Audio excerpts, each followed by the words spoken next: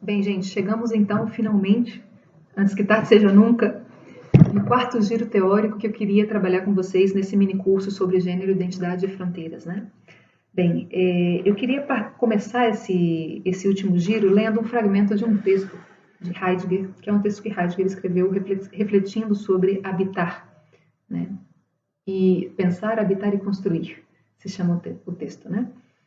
Bom, e nesse texto Heidegger diz: o motorista de um caminhão de carga está na estrada como se estivesse na sua casa, mas não tem ali a sua hospedagem. A trabalhadora está na tecelagem como em sua casa, no entanto, não tem ali a sua habitação. O engenheiro-diretor está na central elétrica como se estivesse em sua casa, mas não habita ali. As citadas construções domiciliam ao homem. Esse as habitua, mas não habita nelas. O construir como habitar se desdobra no construir que cuida, a saber, o crescimento, e no construir que edifica construções. Habitamos não porque tenhamos construído, mas sim porque construímos e havemos construído enquanto habitamos, isto é, enquanto somos os habitantes. Agora não vai ficar muito claro as razões pelas quais eu construo e reconstruo esse texto do Heidegger e as razões pelas quais eu estou lendo esse fragmento aqui. Mas espero que daqui até o final desta última mini aula vocês possam entender, né? Porque o quarto giro que eu quero propor é um giro que fala de habitar a interseccionalidade.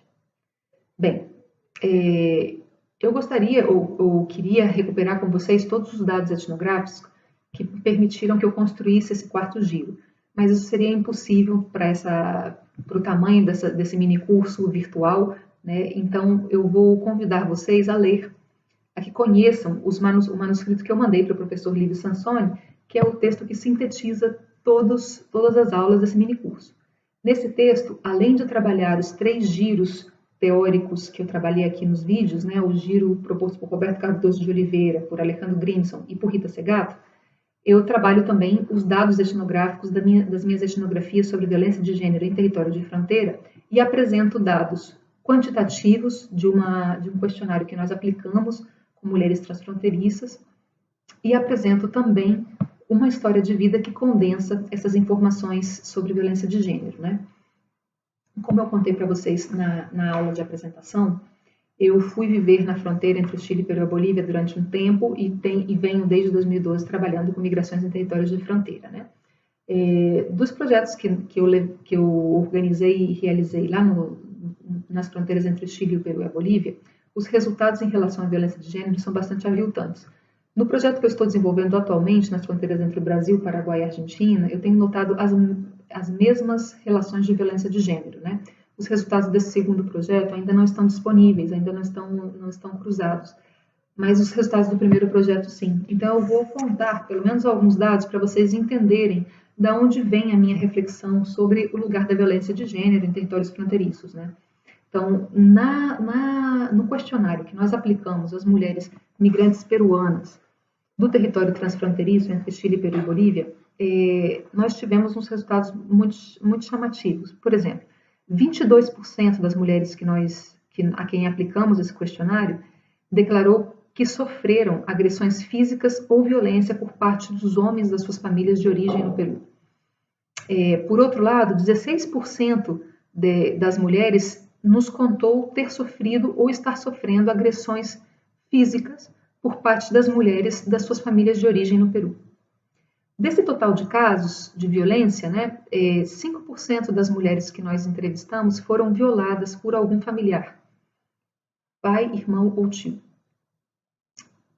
Contabilizando todas as violências, 38% das mulheres que nós enquestamos, que nós aplicamos o questionário nessa fronteira, declararam que sofreram algum tipo de violência física, não somente psicológica, simbólica, por parte dos seus familiares nos territórios de origem no Peru, né, no lado peruano da fronteira. Esse índice é muito superior à média nacional no território chileno, onde essas mulheres trabalhavam e viviam, né? A média de violências de gênero na última medição realizada no Chile, né, de violências domésticas, por parte das famílias de origem, era de 31%. Então, nós encontrávamos que as mulheres peruanas apresentavam 38% de violências sofridas por parte dos familiares, né? Bem, por outro lado, 25% das mulheres que responderam ao nosso questionário socioeconômico aplicou que nos contou que elas tinham sofrido violências físicas por parte dos seus cônjuges, né, namorados ou dos homens com os quais elas conviviam de fato no Peru. E 8% dessas mulheres estavam sofrendo violências físicas no momento em que elas responderam ao questionário. Mas nós registramos também outras violências em relação a essas mulheres que têm outras características, né, características mais vinculadas à seção do trabalho dessas mulheres. Então, por exemplo, 19% das mulheres que nós entrevistamos foram empregadas pelo seu pai para trabalho escravo durante a juventude ou durante a infância. Um total de 5% dessas mulheres afirmou ter sido doada uma vez pelo seu pai, 6% duas vezes, 3% entre 3 e 4 vezes, e 5% das mulheres foi doada mais de 5 vezes para 5 diferentes famílias para trabalhar como escravo. Então, esses dados permitem a gente compreender que existe um componente de construção da violência de gênero que vem da família dessas mulheres.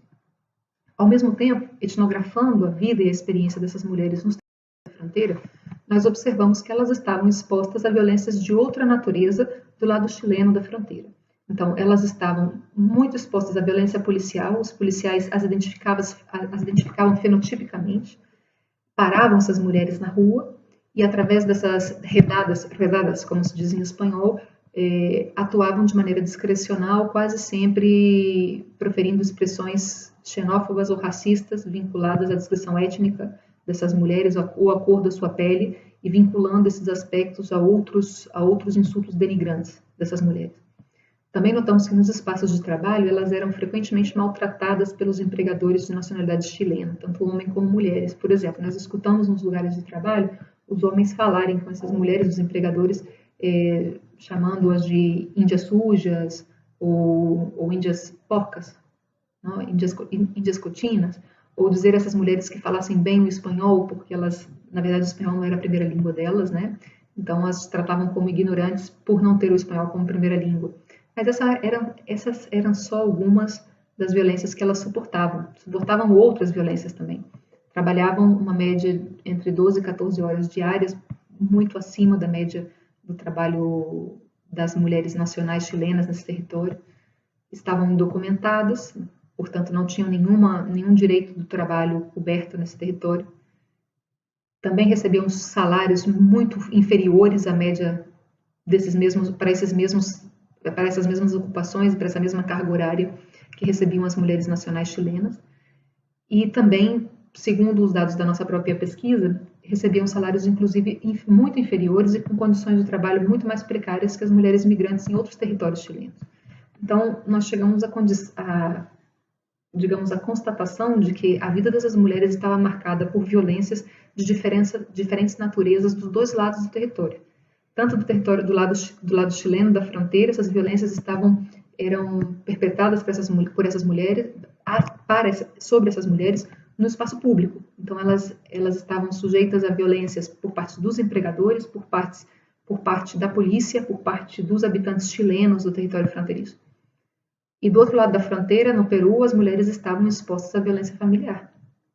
Na verdade, no lado peruano, a violência não era legítima no espaço público, mas era muito legítima no espaço doméstico, nas casas dessas mulheres, né? Então, nós começamos a perguntar-nos qual era o papel, então, dessa violência na vida das mulheres e por que as mulheres optavam por cruzar a fronteira. E uma das razões pelas quais as mulheres cruzavam a fronteira e viviam de um lado e de outro era justamente para sortear, para poder conviver com essa violência. Então, elas iam cruzando estrategicamente de um lado e de outro da fronteira para poder, digamos, com um joguinho de cintura, né, para usar uma expressão brasileira, para poder sobreviver a essas violências. Então, a violência era um dos fatores estruturantes das razões pelas quais as mulheres migravam nesse território.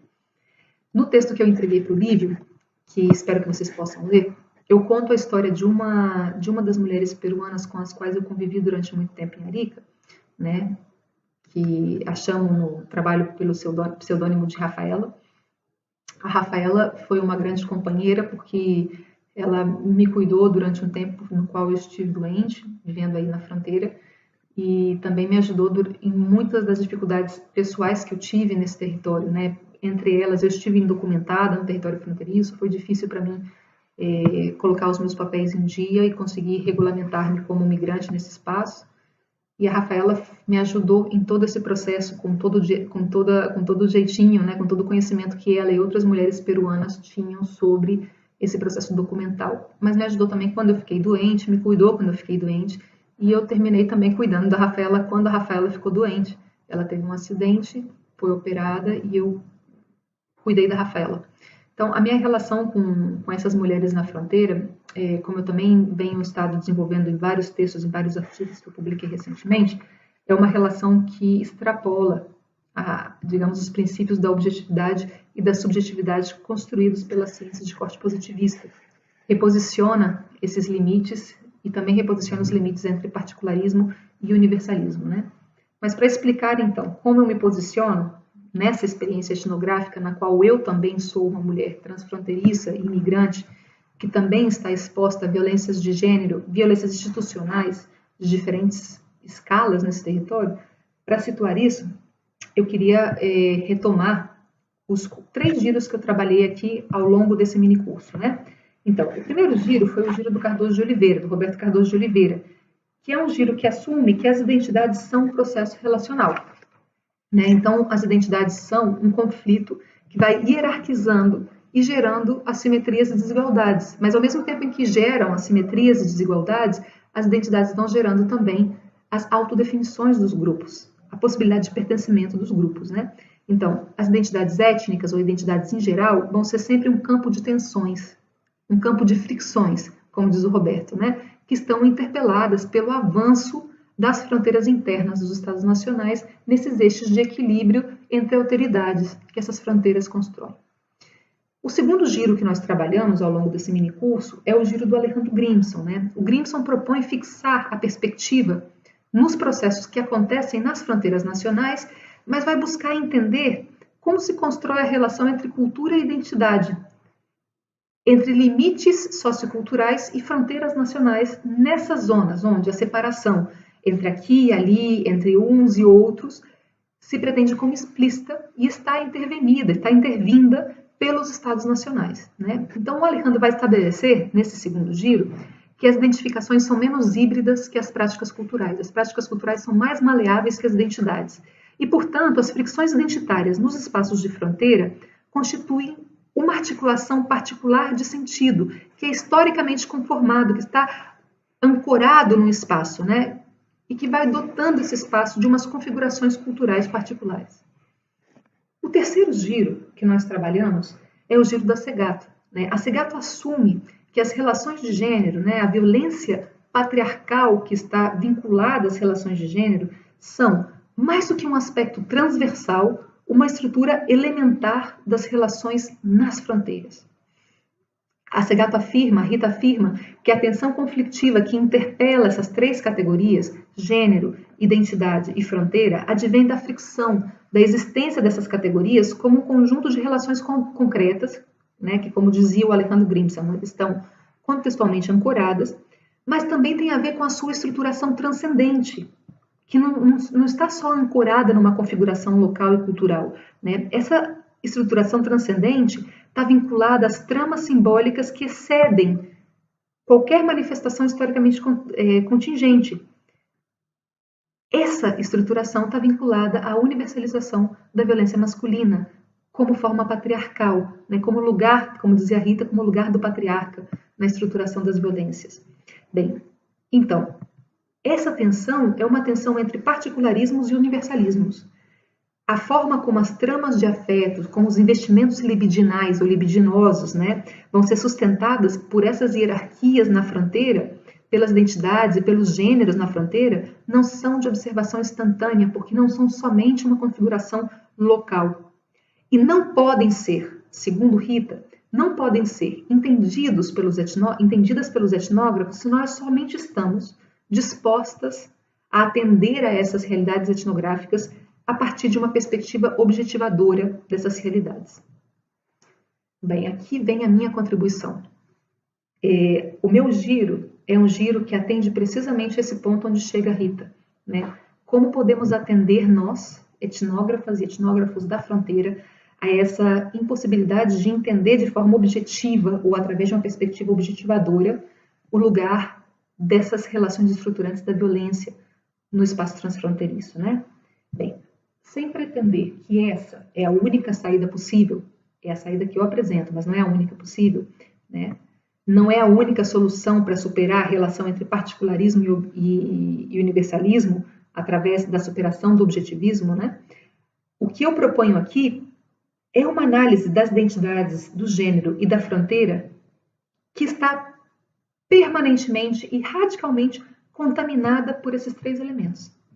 Então, eu dediquei a minha escuta etnográfica a esses três fenômenos, gênero, identidade e fronteira, e não a outros, né? Porque esses três fenômenos situam a minha própria existência, a minha própria experiência como ser social.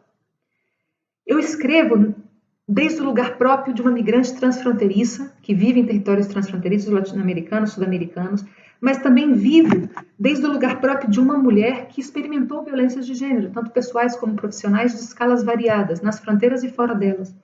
E também escrevo desde o lugar próprio de uma mulher fronteiriça que enfrenta as dificuldades da fricção das minhas identidades nesses meus trânsitos, né? Sempre recordando a vocês que eu não estou aí agora mesmo no Fábrica de Fronteiras porque eu não tenho documentos para cruzar a fronteira. Isso é parte das negociações identitárias documentais que eu vivo nesse processo. Então, a tensão entre contingência e transcendência dessas três categorias que eu proponho discutir é também ela uma configuração da relação entre as minhas experiências pessoais configuradas nos meus lugares de trânsito e permanência e as minhas próprias estruturas subjetivas de conformação. Daí que a minha perspectiva esteja radicalmente contaminada. A minha perspectiva encontra sua fortaleza precisamente nesse aspecto. Eu vejo essa questão, eu vivo essa questão desde uma dimensão que é psicoanalítica, que é social, que é cultural, que é simbólica, que é política e econômica. Para um sujeito assim, para um sujeito como eu, a tentativa de falar dessas três categorias como se fosse possível deshabitar essas três categorias seria um esforço de forclusão. Quer dizer, em termos lacanianos, provocaria uma excisão da minha relação com esse objeto que eu estou representando, uma interpretação psicótica das relações sociais. Eu me nego a construir uma relação ou uma interpretação antropológica ou pessoal desses fenômenos desde essa clave, né, desde essa chave de entendimento. Então, agora eu estou em condições de recuperar o texto do Heidegger que eu usei para abrir essa última aula desse mini curso, né? A proposta teórica que eu quero desenlaçar aqui, né, opera um giro do posicionamento do sujeito que escreve essa proposta. Identidade, gênero e fronteira são os territórios em cuja interseção eu habito, em termos heideggerianos, né? Eu não falo desses territórios como motorista ou como a tecelã ou como um engenheiro que se sentem nos seus lugares de trabalho como se estivessem nas suas casas. Situo-me nesses territórios porque eu os construo e eu os tenho construído enquanto os habito. Para citar uma vez mais literalmente a Heidegger, este é o modo como eu sou na Terra. Então, o giro que eu proponho aqui entra numa praxis do habitar que constrói e que cuida daquilo que habita. Da mesma forma que Rafaela cuidou a mim na fronteira e eu cuidei a ela também na fronteira. Como eu discuti ao longo dessas aulas, né, essa minha teorização ela está profundamente interpelada pela minha experiência com mulheres transfronteiriças em diferentes fronteiras da América do Sul, né? Então tem a ver com a minha convivência etnográfica com essas mulheres. Mas não se trata de uma intersubjetividade pós-moderna, né? Uma intersubjetividade que compõe ou que compreende que se basta em si mesma. Não. O meu habitar na interseção das categorias de identidade, gênero e fronteira é uma posição histórica. É uma posição histórica da minha pessoa como sujeito também. É uma situacionalidade política, simbólica e econômica. E por isso mesmo é um habitar compartilhado, é um intercâmbio, né? Eu compartilho essa condição de habitar a interseção com as mulheres transfronteiriças, né? Eu também sou uma mulher transfronteiriça, ainda que nós tenhamos muitas diferenças de constituição identitárias, porque não é o mesmo ser uma mulher brasileira, doutora em antropologia habitando a fronteira, que ser uma mulher indígena aimara vinda do altiplano habitando na fronteira. Na fronteira. Contudo, ainda com essas desigualdades, nós compartilhamos o fato de ser mulheres interfronteiriças ou intercessionais na fronteira.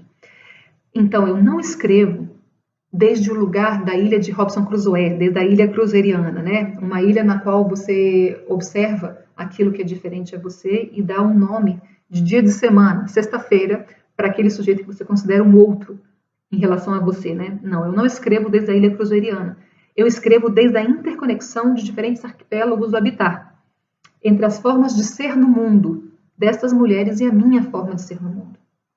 Daí que muitas vezes a minha maneira de pensar esses fenômenos foi, digamos, incorporando a linguagem dessas mulheres, né? Foi dialogando com essa linguagem também. Se vocês observarem meus textos publicados nos últimos tempos, vão se dar conta dessa interpelação discursiva, né? Então, meu argumento aqui está bastante próximo, bastante inspirado também nas reflexões de Glória Ansaldúa, né? Como no seu clássico livro, que também é um livro fronteiriço, inclusive na sua linguagem, né, que é entre reflexão, filosofia e poesia, né, que é To Live in the Borderland, viver nas fronteiras, né? Então, a Glória compreende que as mulheres fronteiriças, nesse texto, nós encarnamos a condição feminina como um cruzamento de fronteira. Não é que nós estamos na fronteira, nós somos a fronteira. As mulheres fronteiriças, então, elas são esse cruzamento e não vão abandonar em algum momento essa condição. Elas estão nessa liminalidade do cruzamento. Nossa identidade fronteiriça se deve não somente ao espaço no qual a gente vive e pelo qual a gente transita. Nós sobrevivemos à dialética desse espaço porque nós incorporamos uma forma de sobreviver a essas violências estruturantes do patriarcado, que é uma forma liminal. Nós somos liminais em relação a essa violência. Trabalhando com as mulheres migrantes nos territórios de fronteira, eu pude ver que a vida, por exemplo, das migrantes das paraguaias é uma vida na qual elas incorporam capacidades liminais de resistência e de acomodação a essas violências fronteiriças. E elas vão ressignificando muito ativamente os limites entre lícito e ilícito, entre produção e reprodução do patriarcado e, às vezes, também, inclusive, vão produzindo e rompendo essas relações de violência. E quando fazem isso, elas estão construindo uma configuração cultural e transfronteiriça própria. Elas vão movendo fricções identitárias, mas também vão reproduzindo o patriarcado. E às vezes elas mesmas querem fazer o oposto a tudo isso. Às vezes elas mesmas, desde a consciência desta relação, pretendem romper o patriarcado e não podem. Às vezes podem, às vezes não.